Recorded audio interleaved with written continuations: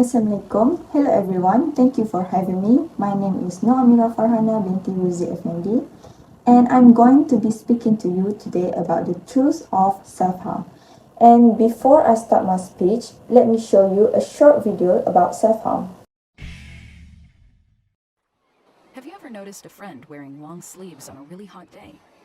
Have you often noticed a lot of small scratches or cuts on their skin that they say were caused by a cat or make some other kind of strange excuse? Those could be signs that they are inflicting harm on their own body. People who self-harm are trying to find some relief from or take control of very intense feelings of rage, rejection, sorrow, loneliness, or emptiness by making shallow scratches, cuts, or burns.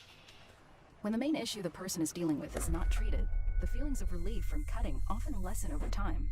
The person then might find that they want to self-injure more often and more severely to try and get those same feelings again. Getting help can be very difficult for people who self-harm.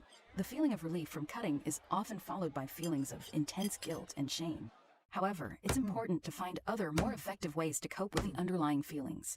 Parents, friends, school counselors, social workers, and other trusted adults are all people to whom people who harm themselves can turn to for help, so they do not have to feel so alone.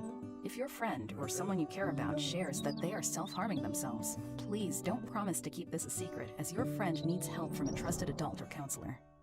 My friend, she won't tell me. I just hate myself so much. I feel trapped in a world of hopelessness, suffocated by my own thoughts. I don't want to exist anymore. Those words still haunted me until today, in my mind. She's no longer with us. I lost her due to suicide in 2016. The news of her death shattered me. Witnessing someone so close doing self-harm and eventually losing her to suicide was an indescribable pain.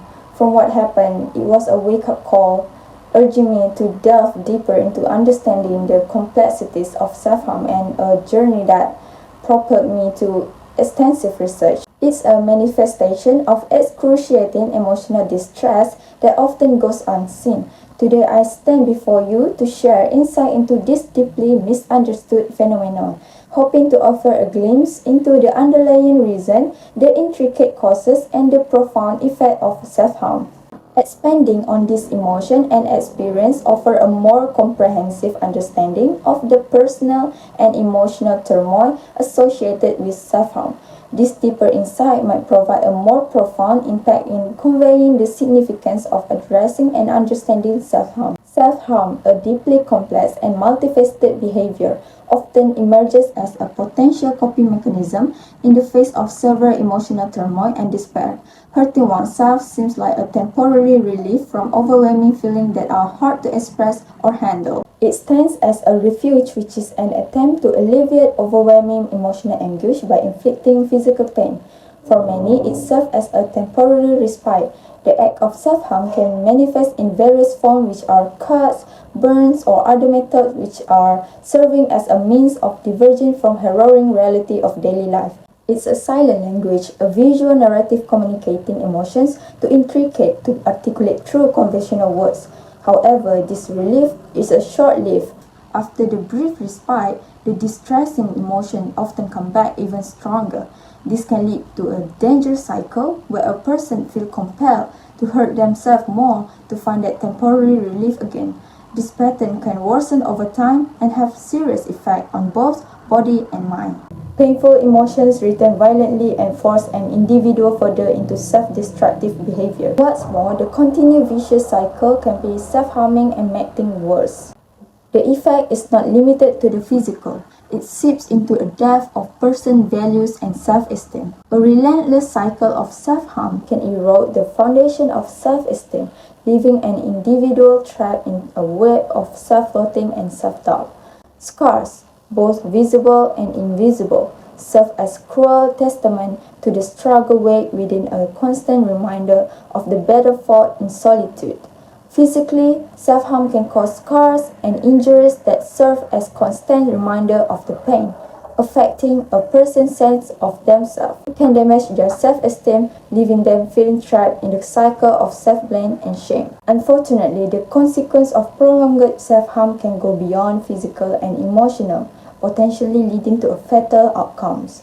A path that begins with the hope of alleviating pain may tragically lead to a crossroad where life itself hangs in the balance. The effect of self-harm can extend to life-threatening situations. What may begin as a way to cope with pain cannot be cured. Understanding the complex relationship between emotional stress and self-harm is important.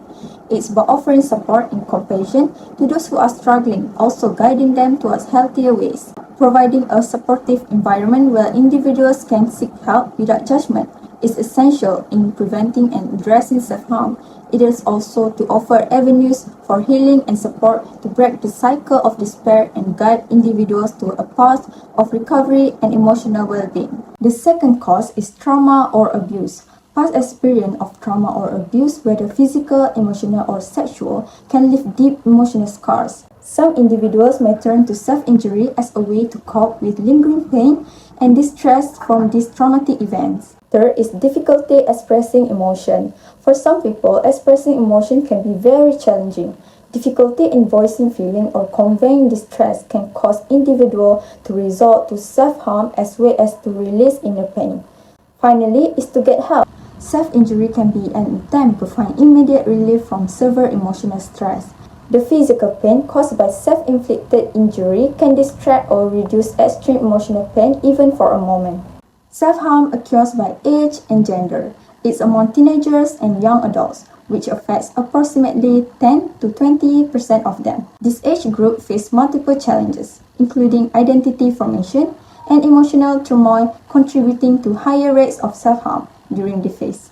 What about gender? Are women or men more likely to self-harm? Well, women tend to report self-harm more often. Men may be involved in less visible forms that often go unreported or unrecognizable. Societal expectation and stigma may influence reporting behavior, highlighting the needs for intervention regardless of gender.